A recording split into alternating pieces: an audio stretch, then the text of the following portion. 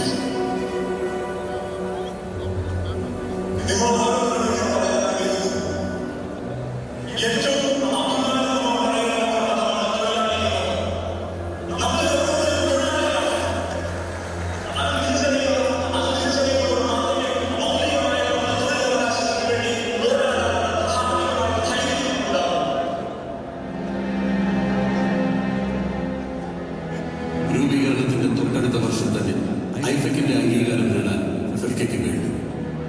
സംഘർഷവും സമരവും ഒഴിവാക്കി സമവായത്തിന്റെ പാതയിലൂടെയായിരുന്നു എന്നും ഫെഫ്കയുടെ സഞ്ചാരം.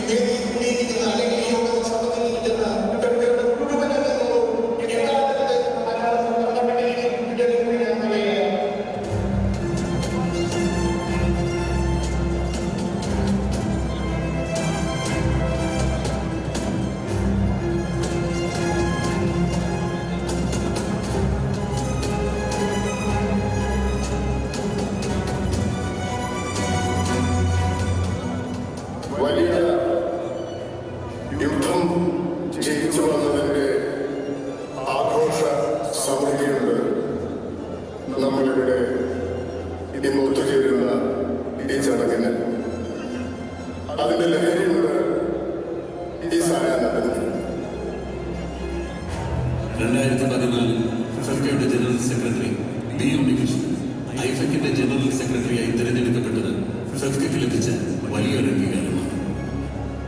ഇത് അടിവരയിട്ട് ഉറപ്പിച്ചത് ചലച്ചിത്ര രംഗത്ത് പ്രവർത്തിക്കുന്ന രാജ്യത്തെ ഏറ്റവും മികച്ച ട്രേഡ് യൂണിയനാണ് ഫെഫ്ക എന്ന വസ്തുതയാണ്.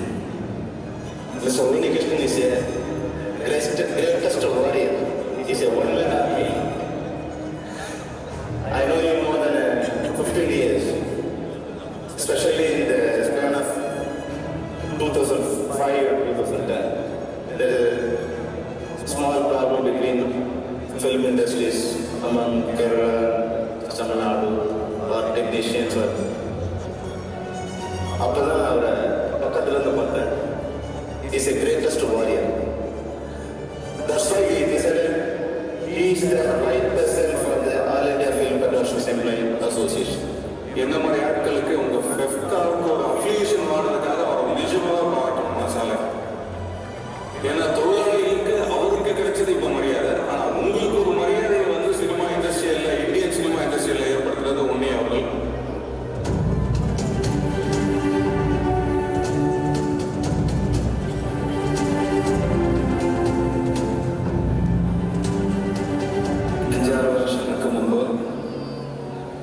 ചെറിയ പ്രശ്നമുണ്ടാവുകയും അത് കഴിഞ്ഞ് 1-2 വർഷക്കാലം ഏതാണ് ശരി, ഇതാണ് അതാണ് എന്നൊക്കെ തോന്നുകയും അതല്ലേ ശരി എന്ന് തീരുമാനിക്കുകയും അങ്ങനെ കുറച്ച് കാലങ്ങൾ കഴിഞ്ഞതിന് ശേഷം ഏകദേശം എനിക്ക് തോന്നുന്നു 2 വർഷങ്ങൾക്ക് മുമ്പ്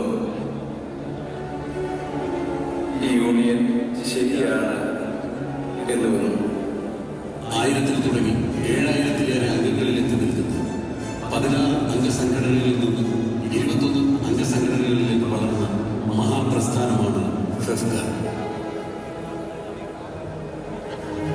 2008 മുതൽ 2024 വരെയുള്ള കാലത്ത് തൊഴിൽ തർക്കം മൂലം സിനിമാ മേഖല സ്തംഭിക്കാത്ത ഇന്ത്യയിലെ ഒരേ ഒരു സംസ്ഥാനം നമ്മുടെ കേരളമാണ്. ആ പുതിയ തൊഴിൽ സംസ്കാരം സൃഷ്ടിച്ചത് ഫെഫ്കയാണെന്ന് നമുക്ക് അഭിമാനിക്കാം.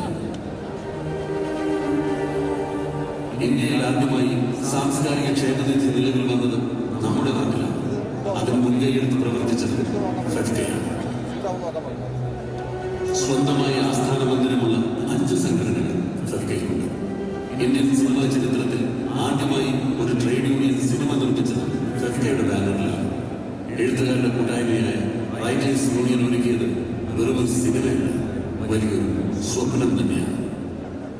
60 വയസ്സ് കഴിഞ്ഞ അംഗങ്ങൾക്ക് 1000 രൂപ മുതൽ 15,000 രൂപ വരെ പ്രതിമാസ പെൻഷൻ നൽകുന്ന സംഘടനകൾ ഫെഫ്കയുടെ അഭിമാനമാണ്. മരണാനന്തര സഹായമായി 1 ലക്ഷം രൂപ മുതൽ 10 ലക്ഷം രൂപ വരെ നൽകുന്നു. പെൺമക്കളുടെ പഠനത്തിനും വിവാഹത്തിനും മാതാപിതാക്കളോടൊപ്പം നിന്നുകൊണ്ട് ക്ഷീണിക്കാത്ത കരുതലാകുന്നു ഫെഫ്ക.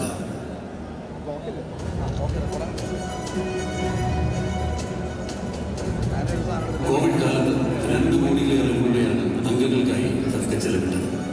അവർക്ക് അവശ്യ മരുന്നുകൾ തുടർച്ചയായി നൽകിയ ഇന്ത്യൻ സിനിമയിലെ ഏക തൊഴിലാളി സംഘടനയാണിത്. അടച്ചിരിപ്പിന്റെ പട്ടിണിക്കാലത്ത് തൊഴിലാളികൾ വീട്ടിലേക്ക് നിത്യോപയോഗ സാധനങ്ങൾ എത്തിച്ചുകൊണ്ട് മാനവികത എന്ന മതത്തെ ഉദ്ഘോഷിക്കുകയായിരുന്നു ഫെഫ്ക. വിയർപ്പ് തുള്ളികളുടെ വിലയറിയുന്ന ഫെഫ്കയിലെ തൊഴിലാളി സംഘടനകൾ അവരുടെ പരിമിതമായ സ്രോതസ്സുകളിൽ നിന്ന് സ്വരുക്കൂട്ടിയ നന്മയുടെ കരുതൽ ശേഖരത്തെയാണ് ഈ ക്ഷേമ പദ്ധതികൾ ആശ്രയിക്കുന്നത്. ചേർത്ത് പിടിക്കലിന്റെയും കൈത്താങ്ങിന്റെയും ഉജ്ജ്വല ചരിത്രത്തിലെ ഏറ്റവും പുതിയതും മാതൃകാപരവുമായ ചുവടുവയ്പ്പാണ് ആരോഗ്യ സുരക്ഷാ പദ്ധതി.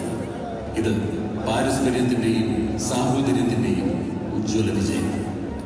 ഫെഫ്കയുടെ മുദ്രയ്ക്ക് താഴെ തിളങ്ങി നിൽക്കുന്ന 3 വാക്കുകൾ അധ്വാനിക്കുന്നവരുടെ വിമോചന മന്ത്രങ്ങളാണ്: സമത്വം, സംഘബോധം, സമർപ്പണം.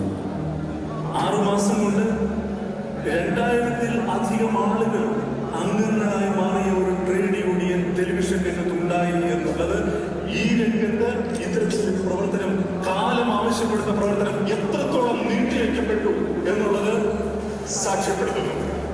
ഈ സംഘടന ഒരു നിർമ്മാതാവിനെതിരല്ല. അതറിയാത്ത ഫ്യൂഡൽ ഇരുണ്ട കാലഘട്ടങ്ങളിൽ ഇപ്പോഴും ജീവിച്ചിരിക്കുന്ന ആരെങ്കിലും ഉണ്ടെങ്കിൽ അവർ മൂഢസ്വർഗത്തിലാണ് എന്ന് പറയാൻ